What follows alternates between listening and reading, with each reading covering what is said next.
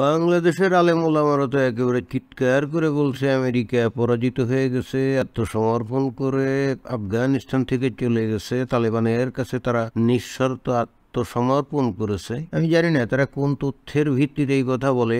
আমরা যেটুকু খবর জানি 2020 সালের সম্ভবত 19 ফেব্রুয়ারি কাতারের দোহাতে আমেরিকার সাথে তালেবানের কিন্তু একটা চুক্তি হয় এবং সেখানে আমেরিকা বলে যে আমরা ধীরে ধীরে এই আফগানিস্তান থেকে চলে যাব এবং সর্বশেষ সৈন্য নিয়ে তারা এই যে গত 31শে আগস্ট তারিখেই চলে যাবে বলেই কিন্তু নির্ধারিত ছিল এবং সেই অনুযায়ী তারা চলে গেছে। সো এটা কিভাবে আসলে পরাজিত হয়, কিন্তু আজকের বিষয় সেটা না।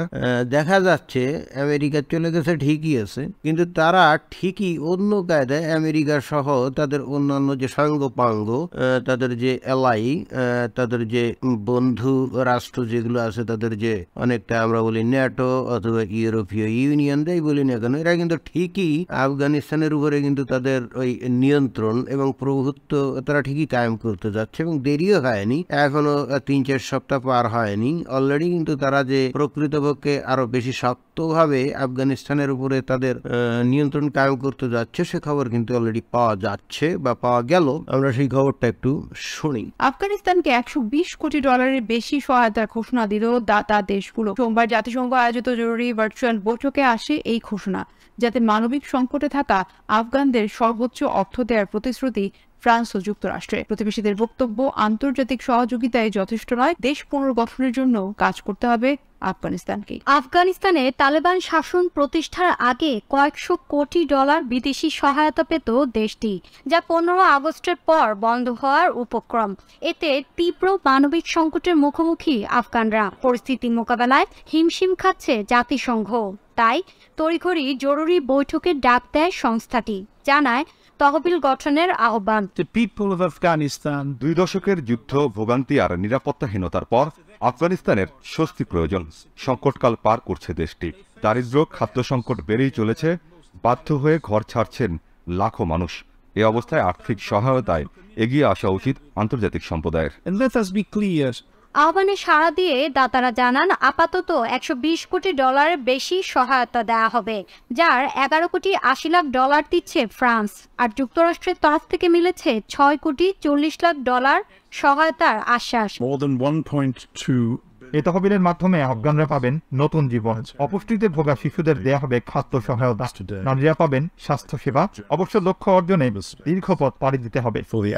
খুব অল্প দিনের মধ্যেই একেবারে 3 সপ্তাহ পার হয়নি, আমেরিকা এবং তার দোসররা কিন্তু 11 মক্ষম চাল দিল। $120 কোটি তাদের মানবিক সহযোগিতা দিতে যাচ্ছে, মানে সাহায্য, একেবারে ফিসাবিলিল্লাহ টাকা। এটার মধ্যে খাদ্য সাহায্য, চিকিৎসা সাহায্য সহ আর অন্যান্য আনুষঙ্গিক বিষয়াদি থাকবে। তো এইটা তো চায়না দেয়নি, দিবেও না, দেওয়ার মতো তাদের সেই মূল মানসিকতাও নাই। এখন কথা হচ্ছে যে আমেরিকা যদি সত্যিকার অর্থে এখান থেকে পরাজিত হয়েই যাবে, তাহলে এই সাহায্য কেন তারা দিতে যাবে, এবং যদি তারা দেয় সেটা তাহলে তালেবানরা গ্রহণও বা কেন করবে? সুতরাং এর থেকেও বোঝা যাচ্ছে যে এখানে আমেরিকার পরাজিত হওয়ার কোনো বিষয় আশায় নাই। আমরা কিন্তু আবেগের বশে অনেক গালভরা বুলি আওড়াচ্ছি, নিজেরাই নিজেদের মন গড়া কিস্সা কাহিনী তৈরি করে উল্লসিত হচ্ছে। তো এখন যে বিষয়টা ঘটতে যাচ্ছে আমার কাছে খুব পরিষ্কার হয়ে যাচ্ছে যে আমেরিকা এখানে প্ল্যান নিয়েছে যে হাতে না মেরে আফগানিস্তানের এই তালেবান সহ গোটা আফগানিস্তানকে ভাতে মারার প্ল্যান করছে এবং কাটা দিয়ে কাটা তোলার নীতি তারা অবলম্বন করতে যাচ্ছে। সেটা কেমন? সেটা হচ্ছে যে আমরা কিন্তু জানি যে তালেবান অধ্যুষিত এই যে আফগানিস্তান, টোটাল আফগানিস্তান তো পাহাড় অধ্যুষিত একটা অঞ্চল, খুবই দুর্লঙ্ঘ অঞ্চল ভৌগোলিক এবং প্রাকৃতিকভাবে। হাজার হাজার লাখ লাখ গুহা আছে, যে কারণে ঐতিহাসিকভাবে কি কখনো এই জায়গা দখল করে নিতে পারেনি। এটা এমন না যে ওইখানকার লোকজন খুব বেশি যুদ্ধবিদ্যায় পারদর্শী বলেই আসলে তাদেরকে কেউ নিয়ন্ত্রণ করতে পারেনি, আমার কাছে সেটা মনে হয় না।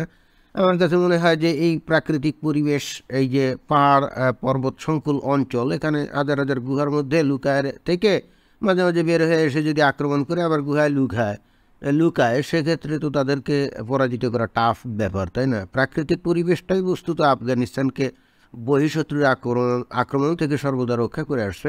তো আমেরিকা নাম্বার 1 যে চিন্তাটা করলো, তারা ভাবলো যে ফিজিক্যালি এখানে দখল করে রেখে সেখানে থাকাটা টাফ, তাতে তাদের সৈন্য মারা যায়, আর তার সাথে বড় কথা হলো যে বিলিয়নস অফ ডলার্স খরচ হয়।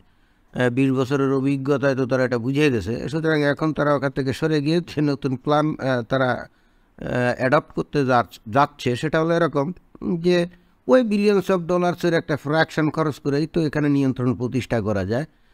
তারা এখানে খাদ্য সাহায্য দিবে এবং খাদ্য সাহায্য দিয়ে আফগানিস্তানকে পুরোপুরি তাদের উপর নির্ভরশীল করে ফেলবে, কারণ আফগানিস্তানে যে খাদ্য উৎপাদিত হয় সেটাতে তো তারা স্বয়ংসম্পূর্ণ না।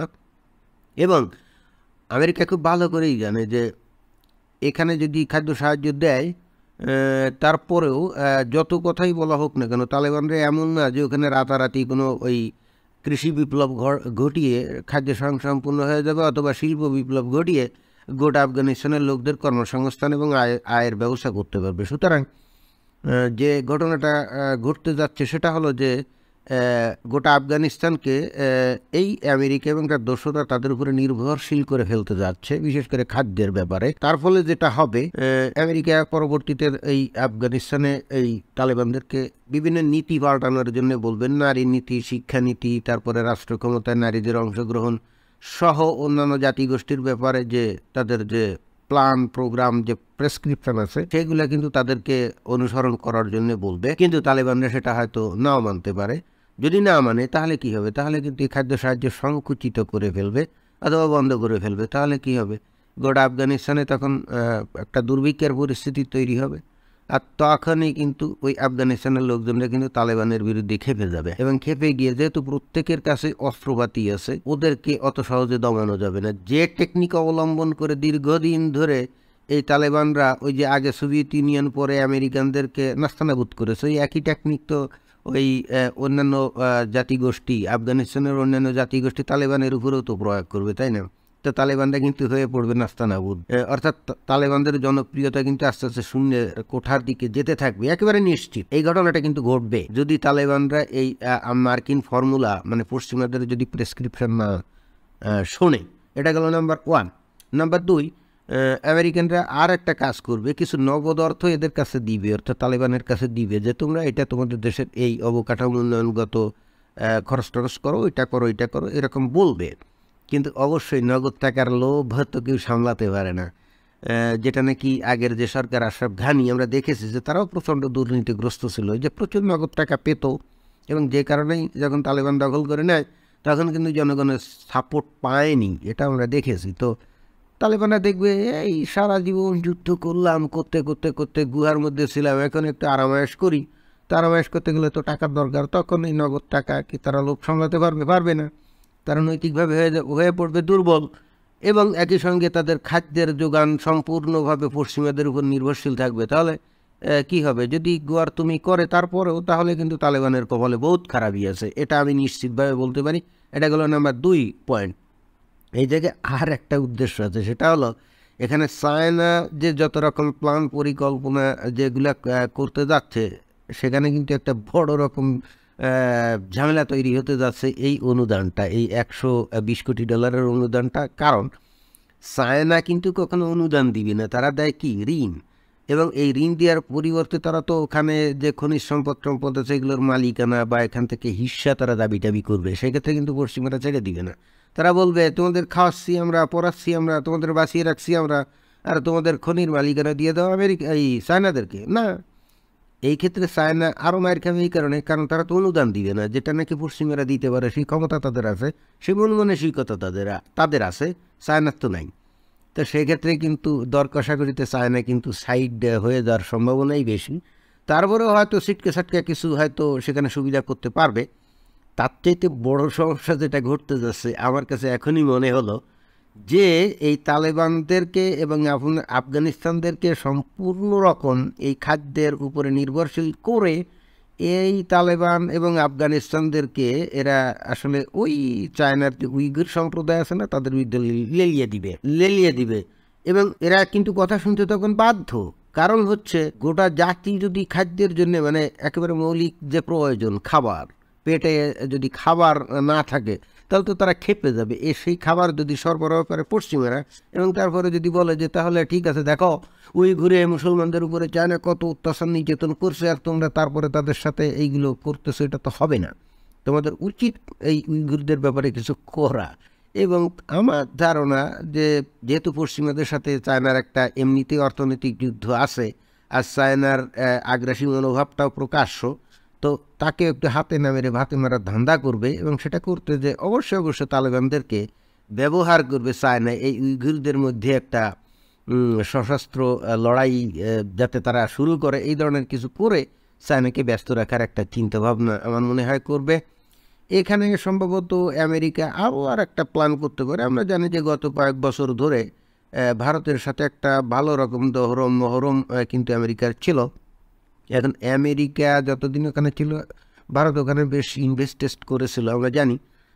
হঠাৎ করে আমেরিকা চলে যাওয়াতে ভারত কিন্তু খুব একটা মানে বিপদের মধ্যে পড়ে গেছে, কারণ এখানে চায়না এই তালেবানদেরকে নিয়ে চায়না এবং এই পাকিস্তান কাশ্মীরে ঝামেলা পাকানোর একটা আশঙ্কার মধ্যে ছিল, যে কারণে বস্তুত এই ভারত কিন্তু বিপদের মধ্যে পড়ে গেছিল।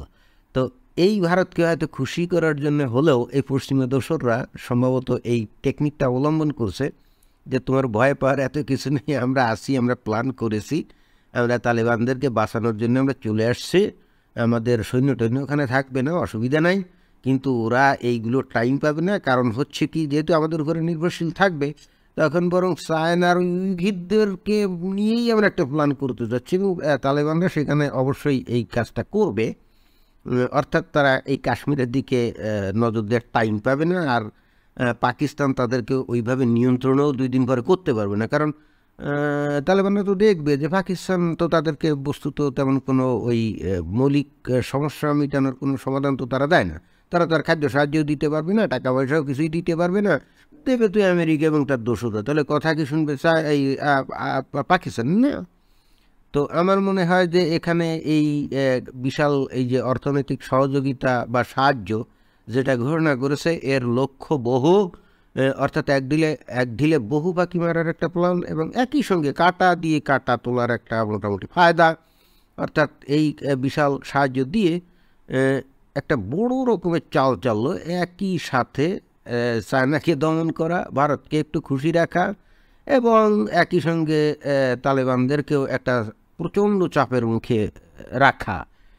সব কিছু মিলাই একটা বেশ হেভি একটা চাল চেলে দিয়েছে পশ্চিমারা, বেশি দিন যায়নি।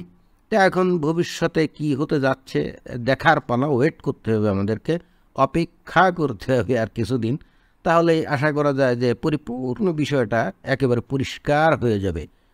ধন্যবাদ সবাইকে।